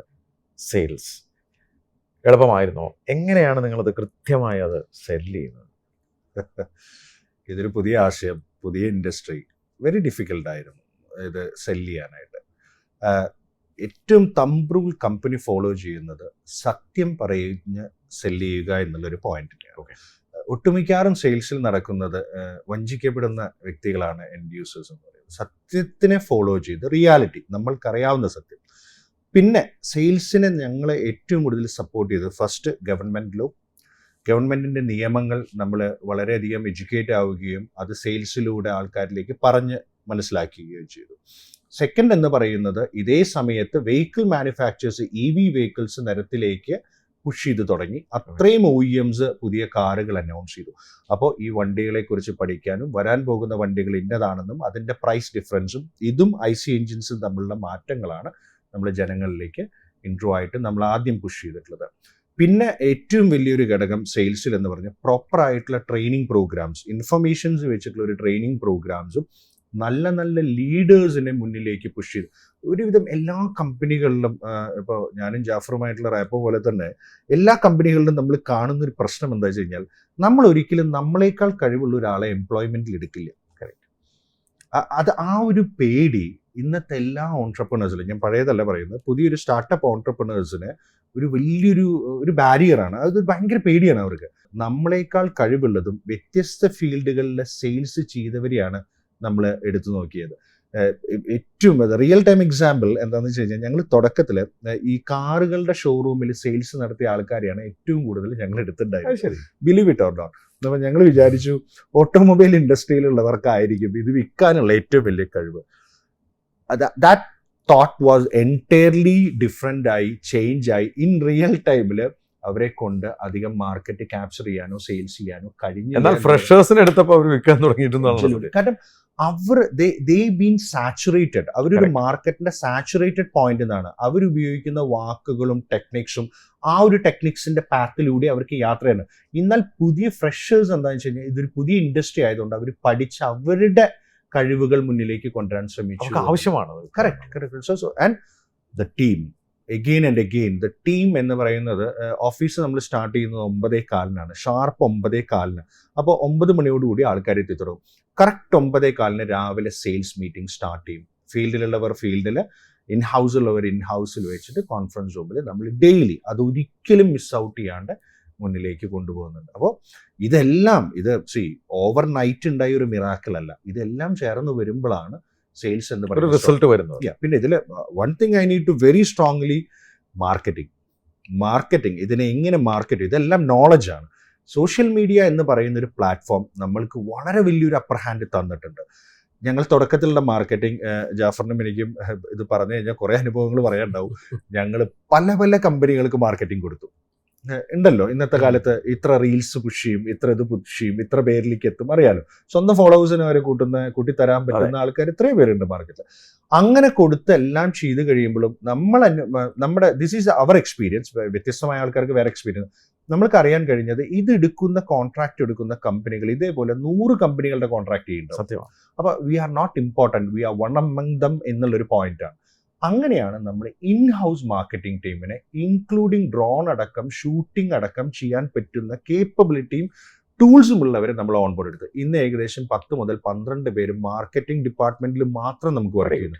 അവർ ഗോയിസിക്ക് വേണ്ടി ഡയറക്റ്റ്ലി മാത്രം വർക്ക് ചെയ്യുന്നു. അവരും ഇതേ സമയത്ത് എഡ്യൂക്കേറ്റഡ് ആണ്. പിന്നെ റീസെൻ്റ്ലി ഞങ്ങൾ തുടക്കത്തിൽ വിചാരിച്ചത് ഒരു പ്രൊഡക്റ്റ് ആണല്ലോ, പ്രൊഡക്റ്റിനെ കുറിച്ച് പറയുക, ചാർജറെ കുറിച്ച് പറയുക, ലാഭത്തെ കുറിച്ച് പറയുക. ഇപ്പൊ അൾട്ടിമേറ്റ്ലി ഞങ്ങൾ ലാഭവും പറയുന്നില്ല, ചാർജറും പറയുന്നില്ല. V only talk about EV vehicles കൂടിയല്ലേ ചാർജറിന്റെ ആവശ്യം. സോ ഇങ്ങനത്തെ റെഗുലർ ആയിട്ടുള്ള ചേഞ്ചസും എഡ്യൂക്കേഷൻ പ്ലാറ്റ്ഫോമും ആൻഡ് ഗവൺമെന്റ് പോളിസീസുമാണ് നമ്മുടെ സെയിൽസിനെ ഏറ്റവും അധികം ഹെൽപ്പ് ചെയ്തത്. ജാഫർ, ഒരു ഫൈനൽ ക്വസ്റ്റിലേക്ക് വരാം. ഏതൊരു സംരംഭത്തിന്റെ വിജയം, എസ്പെഷ്യലി പാർട്ട്ണർഷിപ്പ് ബിസിനസ്സിൽ, ആ 2 വ്യക്തികൾ തമ്മിലുള്ള ബന്ധം തന്നെയാണ്. ജാഫർ എന്ന് പറയുന്ന പട്ടാമ്പിക്കാരനും രാംനാഥ് എന്ന് പറയുന്ന തൃശ്ശൂർക്കാരനും രണ്ടും വ്യത്യസ്ത തലങ്ങളിൽ നിന്ന് വരുന്നവർ. ഒരാൾ ഡൈവറാണ്, ഒരാൾ ബിൽഡറാണ്. പണ്ട് കാർ ഷോറൂമിൽ വർക്ക് ചെയ്തിട്ടുണ്ട് സർവീസ് അഡ്വൈസറായിട്ട്. ഈ കോമ്പിനേഷൻ, ഈ വിജയം എന്താണ് ഇതിൻ്റെ പിന്നിലെ സീക്രട്ട്? നമ്മളൊരു ബിസിനസ് സ്റ്റാർട്ട് ചെയ്യുമ്പോഴേ നമ്മൾ എന്തിന് ചെയ്യുന്നു എന്നുള്ളൊരു ക്വസ്റ്റ്യൻ നമ്മുടെ ഉള്ളിൽ തന്നെ വരണം. ഇത് കാശിനാണോ, പ്രശസ്തിക്കാണോ, അതോ സ്റ്റേറ്റിന് വേണ്ടിയിട്ടാണോ, സമൂഹത്തിന് വേണ്ടിയിട്ടാണോ, അത് നമ്മളെ ലൈഫിൽ നമ്മളൊരു ഒരു ഒപ്പിട്ട് പോകണം നമ്മുടെ ഒരു ലൈഫിലെ ഒരു ചരിത്രത്തിൽ. അപ്പോൾ അങ്ങനെ തീരുമാനിക്കുന്ന സമയത്ത് നമ്മളൊരു ഏറ്റവും ആദ്യം നമ്മുടെ മനസ്സിലൊരു ആശയം വന്നു കഴിഞ്ഞാൽ നമ്മുടെ ഉള്ളിലുണ്ടാവുന്ന ഒരു ചോദ്യം, ഇത് ഞാൻ ഒറ്റയ്ക്ക് ചെയ്യണോ അതോ എനിക്കിതിന് ആരുടെയും സഹായം ആവശ്യമുണ്ടോ? പല പ്രോഗ്രാമുകളിലും നമുക്ക് എല്ലാവരുടെയും സഹായം ആവശ്യമുണ്ട് അല്ലേ? അപ്പോൾ നമ്മളൊരു പാർട്ട്ണറെ ചൂസ് ചെയ്യുമ്പോൾ ഇതേ തിരുത്തിക്കൊണ്ട് തന്നെ പറയുന്നത്, നമ്മൾ ഒരിക്കലും, ഞാൻ അപ്പോഴും ഉദ്ദേശിച്ചത്, എന്നേക്കാൾ കഴിവുള്ള ഒരാളായിരിക്കണം എൻ്റെ കൂടെ ഉണ്ടാവേണ്ടത് അല്ലേ? എന്നേക്കാൾ വ്യത്യസ്തനായിട്ടുള്ള ഒരാളായിരിക്കണം. എന്നെപ്പോലത്തെ ഒരാളാണെങ്കിൽ അത് ഒരു സ്ഥലത്ത് കുടുങ്ങി നിൽക്കും. അതല്ലാതെ നമ്മളൊരു പാർട്ട്ണറെ ചൂസ് ചെയ്യുമ്പോൾ ഒരുപാട് ഘടകങ്ങൾ നമ്മൾ ആലോചിക്കാറുണ്ട്. ലക്കിലി ഞങ്ങൾ വളരെ വളരെ ഹൃദയം കൊണ്ടുള്ള ഒരടുത്ത ഒരു ബന്ധം ആ ഒരു കൺസ്ട്രക്ഷൻ്റെ സമയത്ത് ഉണ്ടായിരുന്നു. ആ ബന്ധം അങ്ങനെ വളർന്നു. ഇപ്പോഴും ആ ഒരു ബന്ധത്തിലൂടെ തന്നെയാണ് നമ്മളത് കൊണ്ടുപോയിക്കൊണ്ടിരിക്കുന്നത്. അപ്പോൾ നമ്മൾ ആദ്യം നമ്മളൊരു നല്ലൊരു പാർട്ട്ണറെ ചൂസ് ചെയ്യുക, ബിസിനസ് മോഡൽ ഉണ്ടാക്കുക. പിന്നെ ഏറ്റവും ആദ്യം നമ്മൾ ഉണ്ടാക്കേണ്ടത് HR ആണ്. അത് നമ്മൾ നല്ലൊരു ടീമിനെയാണ് ബിൽഡ് ചെയ്യേണ്ടത്.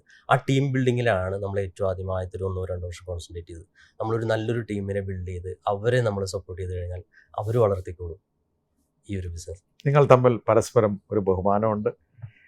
ഏത് പാർട്ട്ണർഷിപ്പും തകർക്കുന്ന 3 ലെറ്ററിലുള്ള EGO എന്ന് പറഞ്ഞൊരു സാധനം ഇല്ല എന്നുള്ളതാണ് നിങ്ങളുടെ വിജയം. അത് want to be a good listener. എപ്പോഴും 2 പാർട്ട്നേഴ്സും തമ്മിൽ ജാഫർ പറഞ്ഞ മാതിരി വ്യത്യസ്ത പ്ലാറ്റ്ഫോമുകൾ, വ്യത്യസ്ത ആശയങ്ങളാവാം. പക്ഷെ ആശയങ്ങൾ ഉൾക്കൊള്ളാനുള്ളൊരു മനസ്ഥിതി കൂടി ഇൻഡിവിജ്വലി വേണം. ഇത് ഒരാൾ പറയുമ്പോൾ അത് കേൾക്കാൻ സമയമില്ല, അല്ലെങ്കിൽ സംസാരിക്കാൻ സമയമില്ല, അല്ലെങ്കിൽ ഞാൻ ശരി, അങ്ങനത്തെ ചിന്തകളാണ് മനുഷ്യൻ എപ്പോഴും ഫെയിലിയേഴ്സിലേക്ക് നയിക്കുന്നത്. സോറി. അപ്പോൾ ഞങ്ങൾ 2 പേരും കുറേ നേരം ഇരുന്ന് സംസാരിക്കും. നിങ്ങൾ ഒരിക്കലും കരുതരുത് ഗോയിസി എന്ന് പറയുന്ന ഒരു സാധനം ഒരു രാത്രി പൊട്ടിമുളച്ചൊരു കൂണാണെന്നും സക്സസ്ഫുൾ ആയതാണെന്നുള്ളത്. അതൊരിക്കലും അല്ല. ഞങ്ങൾ ഈ ഗോയിസിയുടെ കൂടെയും ഗോയിസിക്ക് മുമ്പും പല പരിപാടികൾ നമ്മൾ ചെയ്ത് അന്യോന്യ ആ ബോണ്ട് ഞങ്ങൾ ഉറപ്പുവരുത്തി. ആശയങ്ങൾ നല്ലതാണെന്നും ഫെയിലിയർ സക്സസ് എന്ന് പറയുന്നതൊക്കെ നമ്മുടെ ചിന്തകളാണ്. തീർച്ചയായും അല്ലേ? അങ്ങനെ ഒരു സംഭവമില്ല. ഇറ്റ്സ് യുവർ ഇമോഷൻസ് ആണ് ഫെയിലിയേഴ്സ് ആൻഡ് സക്സസ്. അപ്പോൾ ഞങ്ങൾ തമ്മിലുള്ള ബോണ്ട് ഓരോ രീതികളിലും, ഇപ്പോൾ നമ്മൾ വിചാരിക്കുന്ന ഫെയിലിയറിലും ഒരുമിച്ചും സക്സസ്സിലും ഒരുമിച്ചും എന്നുള്ള ആശയമാണ്. ജാഫർ ഒരു കാര്യം കൂടി I will add it on it. Jafar പുതിയ സംരംഭങ്ങളും പുതിയ ബിസിനസ് ഐഡിയകളുമായി എന്നോട് വരുമ്പോൾ ഒരു കാര്യത്തിൽ ജാഫർ ചിലപ്പോൾ പറയും, ഉറപ്പാണ് രാമേട്ടൻ ഞാനിത് വിജയിപ്പിച്ചെടുക്കും. ഓക്കെ. ചില കാര്യങ്ങൾ പറഞ്ഞു വരുമ്പോൾ ജാഫർ പറയും, ഇതിന് എൻ്റെ മുകളിൽ ബ്ലെയിം ചെയ്യരുതെന്ന ആളെ, it's an idea and I believe it's going to success. അപ്പോൾ അതായത് ഈക്വൽ റെസ്പോൺസിബിലിറ്റി തുടക്കത്തിലേ പുള്ളി അത് പറയും. അതല്ലാതെ അന്ന് ജാഫർ പറഞ്ഞ ഐഡിയ അല്ലേ എന്ന് അത് അങ്ങനെ ബ്ലെയിം ചെയ്തിട്ടല്ല. Jafar will be very transparent and clear. There is an idea, this is what's happening and legally happening. ഇത് may be it get success. അപ്പോൾ ഈക്വലി ആയിരിക്കണം. മറ്റേത് പറയും രാമേട്ടൻ ഇത് നോക്കിക്കോളൂ, പക്ഷെ I will make it success എന്നുള്ളത്. ആ ട്രാൻസ്പെറൻസി, അതിനെ ഉൾക്കൊള്ളാനുള്ള കഴിവും, അതിലെവിടെ ഞാൻ നിൽക്കണം എന്നുള്ള എൻ്റെ തിരിച്ചറിവും ജാഫർ എവിടെ നിൽക്കണം എന്നുള്ള തിരിച്ചറിവുമാണ് രണ്ടുപേരും ചേർന്ന് ഒരു വലിയ ചരിത്രം സൃഷ്ടിക്കാനുള്ള പുറപ്പാടിലാണ്. എനിക്ക് ഉറപ്പാണ് ഗോഇസി എന്നൊരു സ്ഥാപനം EV ചാർജിങ് സ്റ്റേഷനിൽ വലിയ മാറ്റങ്ങൾ തന്നെ ഉണ്ടാക്കും. എനിക്ക് 101% ഉറപ്പാണ്. നിങ്ങൾ കേട്ടു PG രാംനാഥിൻ്റെയും AP ജാഫറിൻ്റെയും വളരെ മനോഹരമായ ഒരു സംരംഭക ജേണി. അവർ ഒരു വ്യത്യസ്ത സാഹചര്യത്തിൽ കണ്ടുമുട്ടിയവരാണ്. എന്നാൽ അവർ കൈകോർക്കാൻ തീരുമാനിച്ചു. സമൂഹത്തിലെ ഒരു പ്രോബ്ലത്തിൻ്റെ സൊല്യൂഷൻ നമ്മുടെ കയ്യിലുണ്ടെങ്കിൽ, അതിന് നന്മയുണ്ടെങ്കിൽ, പരിശ്രമിക്കാൻ തയ്യാറാണെങ്കിൽ ആ സംരംഭം വിജയിപ്പിക്കാം എന്നുള്ളതിന് ഏറ്റവും ഉദാത്തമായ ഉദാഹരണമാണ് ഗോഇസിയും ഈ രണ്ട് ചെറുപ്പക്കാരും. രണ്ടുപേരും നന്മയുള്ളവരാണെന്ന് മാത്രമല്ല, ഒരു നല്ല ടീമിനെ പടുത്തുയർത്താൻ കഴിവുള്ളവരുമാണ്. അതുകൊണ്ട് തന്നെ ഇവരുടെ സംരംഭം വളരെ പെട്ടെന്നാണ് വളർന്നത്. ഇന്നത് വളർന്നുകൊണ്ടേയിരിക്കുകയാണ്. എനിക്ക് ഉറപ്പാണ് നാളെ ഗോഇസി എന്ന ഈ ബ്രാൻഡ് ചരിത്രം സൃഷ്ടിക്കും. നമ്മുടെ ഭാരതത്തിൻ്റെ അഭിമാനമുള്ള ഒരു ബ്രാൻഡായി തീരും. കാരണം അവർ വളർച്ചയുടെ പാതയിലാണ്, ഫ്യൂച്ചർ ബിസിനസ്സിലാണ് അവർ ഇൻവെസ്റ്റ് ചെയ്തിരിക്കുന്നത്. അവർ കൈമാടി വിളിക്കുന്നത് നിരവധി ഫ്രാഞ്ചൈസി ഓപ്പർച്യൂണിറ്റിയും കമ്പനി ഓൺഡ് ഓപ്പർച്യൂണിറ്റിയും ഒക്കെയാണ്. പണമുള്ളവരും വലിയ ബിസിനസ്സുകാരൻ ആഗ്രഹമുള്ളവർക്കും ഒക്കെ റെക്കറിംഗ് ആയി റവന്യൂ ഉണ്ടാക്കാനും ഒക്കെ പാസീവ് ഇൻകം ആഗ്രഹിക്കുന്നവർക്കും അവരൊരു ബിസിനസ് മോഡലും മുന്നോട്ട് വയ്ക്കുന്നുണ്ട്. PG ജാഫർ, വളരെ ഇൻട്രസ്റ്റിംഗ് ആയിട്ടുള്ള സ്റ്റോറിയാണ് നിങ്ങളുടെ. ഇതിനു മുന്നേ ഇതേപോലെ തന്നെ രണ്ട് വ്യത്യസ്തമായ ഇൻ്റർവ്യൂ ചെയ്തെങ്കിൽ രണ്ടുപേരെ ഒരുമിച്ചിരുത്തി ഇൻ്റർവ്യൂ ചെയ്യാനുള്ള ഒരു ഭാഗ്യം കൂടി എനിക്കുണ്ടായി. നാളെ നിങ്ങൾ കണ്ട വലിയ സ്വപ്നമൊക്കെ പൂവണിഞ്ഞ് ഒരു വലിയ ഇന്റർനാഷണൽ ബ്രാൻഡായി ഇതേ വേദിയിൽ വീണ്ടും കണ്ടുമുട്ടണമെന്ന് ആഗ്രഹിക്കുന്ന ഒരാളാണ് ഞാൻ. അപ്പോൾ അതുകൊണ്ട് തന്നെ എൻ്റെ വ്യക്തിപരമായ പേരിലും സ്പാർക്കിൻ്റെ എല്ലാ പ്രേക്ഷകരുടെ പേരിലും എല്ലാ ആശംസകളും. Thank you.